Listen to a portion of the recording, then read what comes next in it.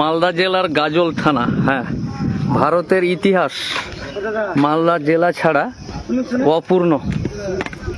মালদা জেলা ইতিহাস, যদি ভারতের ইতিহাস দেখতে যান তো মালদা ছাড়া ভারতের ইতিহাস অপূর্ণ।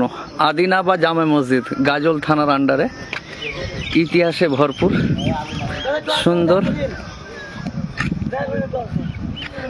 হ্যাঁ, খুব সুন্দর প্রাকৃতিক পরিবেশ, ইতিহাসের ছোঁয়া। মালদা জেলা আপনার আদিনা মসজিদ স্পর্শ করে দেখার অনেকের ইচ্ছা। একদম ন্যাশনাল 34 নাম্বার ন্যাশনাল, যেটা কলকাতা শিলিগুড়ি যায়, এই কলকাতা শিলিগুড়ি থেকে একদম মানে ঢিল ছোড়াও না আর কি, মানে একদম ন্যাশনাল থেকে জাস্ট পাশেই ইতিহাসকে ছুঁয়ে দেখতে পারবেন।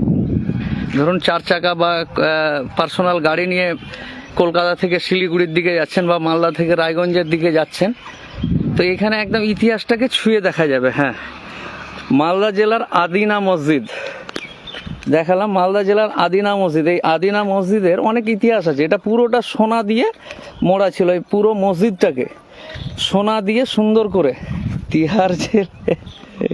হ্যাঁ, পুরো এটা মসজিদটা সোনা দিয়েছিল। এখন যদিও সোনাগুলো নেই, কিন্তু তার ধ্বংসাবশেষ বলে না, খন্ডার সে পাতা চলতি হ্যাঁ ইমারত কি বুলন্দ কিয়া হোগি।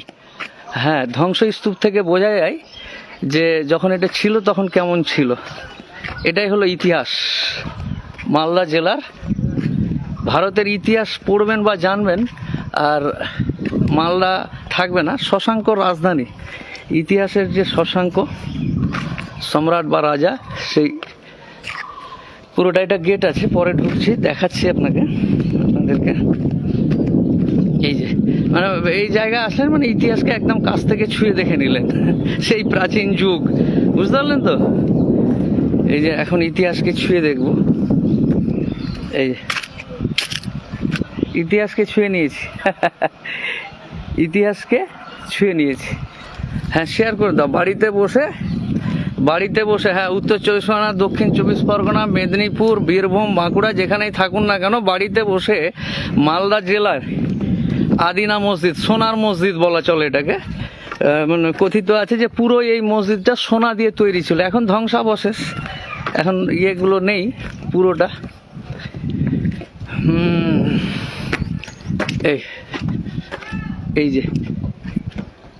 এই যে পুরোটা সোনার ছিল। এই সবাই এখানে ঘুরতে আসে, সুন্দর সুন্দর ছবি তোলে, দেখে ইতিহাসকে কাছ থেকে দেখে। ইতিহাসকে দেখলি তো কাছ থেকে? হ্যাঁ স্যার, দেখলাম কাছ থেকে। হ্যাঁ, কাছ থেকে দেখলাম।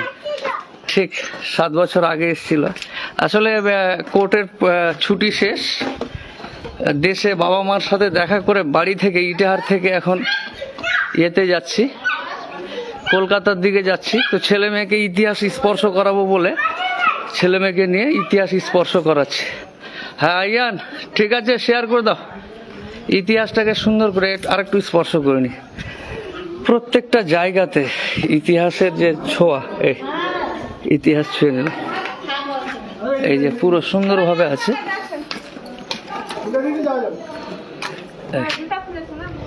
পুরো আছে। আরো দেখাচ্ছি, ভিতরের দিকটাতে যাচ্ছি, যে দ্বার।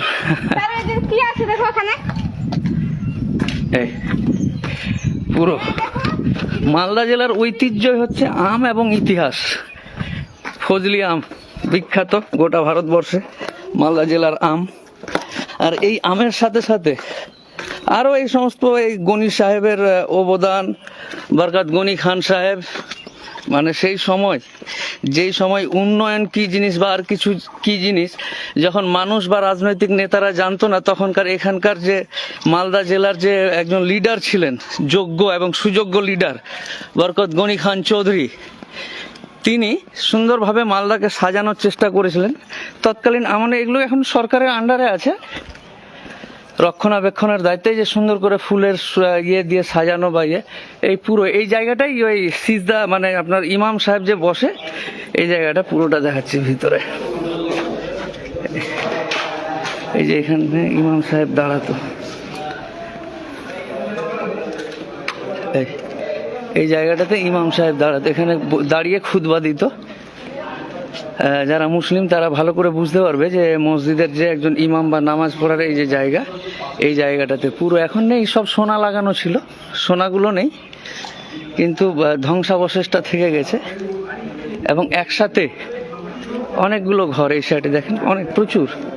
এই যে শৈলীটা দেখুন, নির্মাণ শৈলী, যেটাকে বলছে নির্মাণ শৈলী।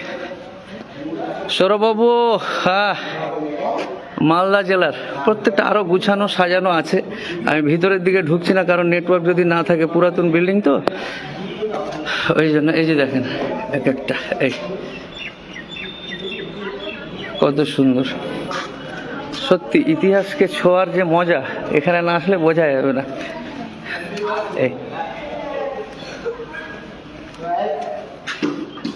এই যে আবার এই যে পুরো, এই যে পুরো এদিকটাতে আছে।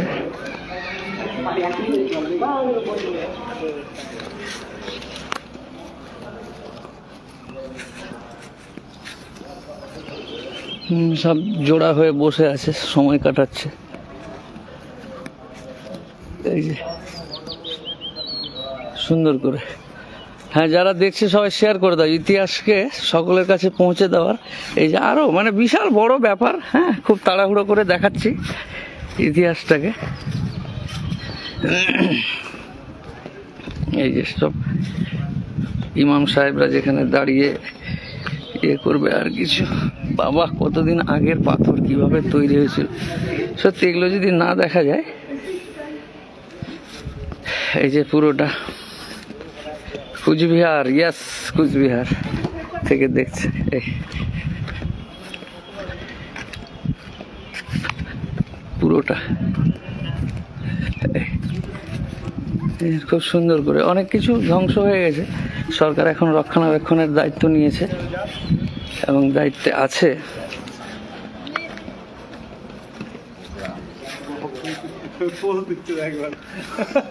স্যার ভালো? হ্যাঁ হ্যাঁ, ভালো। আজকে এদিকে এসেছেন? বাড়ি যাবো এখন, কলকাতা যাব, রাস্তা দিয়ে যাচ্ছিলাম, ভাবলাম দেখি। এই যে, হ্যাঁ গো, ভালো আছি, তোমরা ভালো আছো? এইখানেই দাঁড়িয়ে ইমাম সাহেব বক্তব্য দিতেন এই জায়গাটাতে, আর এইখানে নামাজ পড়তেন। ইতিহাস যারা জানে ভালো করে বুঝতে পারবে আরো। এই যে পুরো এই সাইডগুলো, পুরো এটাই সোনার ছিল। এই যে এই দেখুন, এটা হচ্ছে একটা পার্ট। এই যে এগুলো এক একটা পার্ট, খুব উঁচু উঁচু পিলার দিয়ে গম্বুজ আছে, ইয়ে আছে। এর আগেও এসছে আমার বাড়ি থেকে, যে খুব দূরে সেটা কিন্তু নয়, কিন্তু আজকে মনে হলো যে না, সবাইকে দেখায়, ওই জন্য আসলাম। এই যে আমার বেটা ফটো তুলছে, মনে হচ্ছে ইতিহাসকে ছুঁয়ে দেখছে। হ্যাঁ টুকি, এই হ্যাঁ, তোদের দুজনেরই দেখা যাচ্ছে লাইভে। ইস, এটা কে? আমার টাইগার নাকি? আচ্ছা, এই যে এই যে দেখুন, মানে জাস্ট একটু শুধু দেখুন যে মানে কারুকার্যটা, এই যে কত সুন্দরভাবে করেছিল কারুকার্যগুলো। মানে ইটগুলোকে কেটে কেটে, এই যে ইটগুলোকে কেটে কেটে কিভাবে করেছে শুধু। Finest specimen of Indian structure.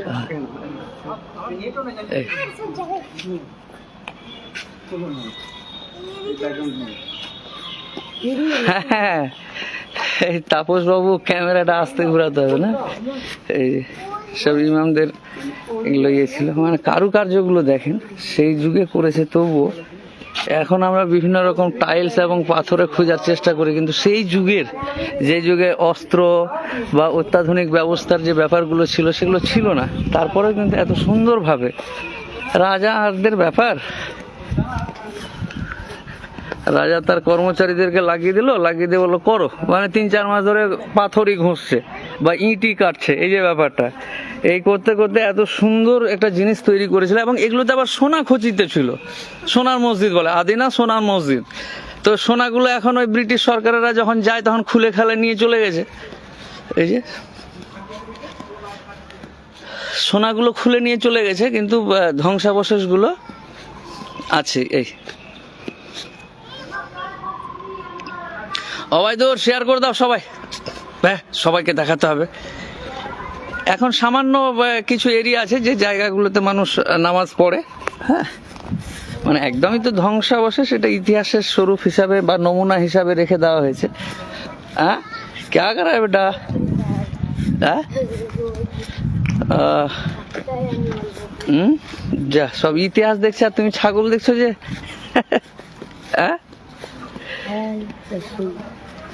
এই যে হ্যাঁ, মানুষ বিভিন্ন জায়গায় ঘুরতে যায়, আমরা বাড়ির পাশের এই জিনিসগুলো ঘুরেই আনন্দ উপভোগ করি, কারণ নিজের যেটা আছে সেটাতে আনন্দ বেশি, কি বুঝলেন? নিজের যেটাতে আছে সেটাতে আনন্দ বেশি। এই যে এই খুব সুন্দর, এই যে না না কোনো কিছু খুঁজে পাবেন এখানে, আরবিতে লেখা আছে, অন্য কিছু নেই। এই তো, এই তো, এই যে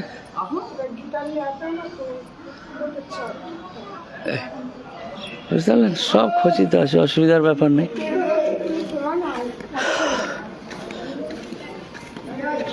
ঠিক আছে, এই আমি বেরিয়ে গেলাম, ওখানে আছি গাড়ির কাছে। দেখায় আরো, এই যে সিঁড়িতে ওঠা যায় আবার উপরে, বুঝতে পারলেন? এক একটা রুম বা গম্বুজগুলো কত সুন্দর সুন্দর।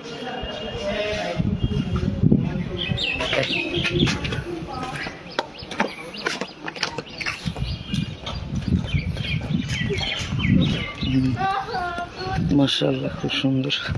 ফুল তোড়না মানা হ্যাঁ, ঠিক আছে, ফুল পাতিয়া মানে ফুল এবং পাতা তোলা নিষেধ আছে। কত সুন্দর ইটগুলোকে কেটে কেটে কত সুন্দর, কতদিন যে সময় লেগেছিল, ইতিহাসটা ভালো করে পড়লে বুঝতে পারা যাবে কত সুন্দর করে করেছে। বুঝলেন, ইটগুলোকে কত সুন্দর করে কেটে কুটে করেছে।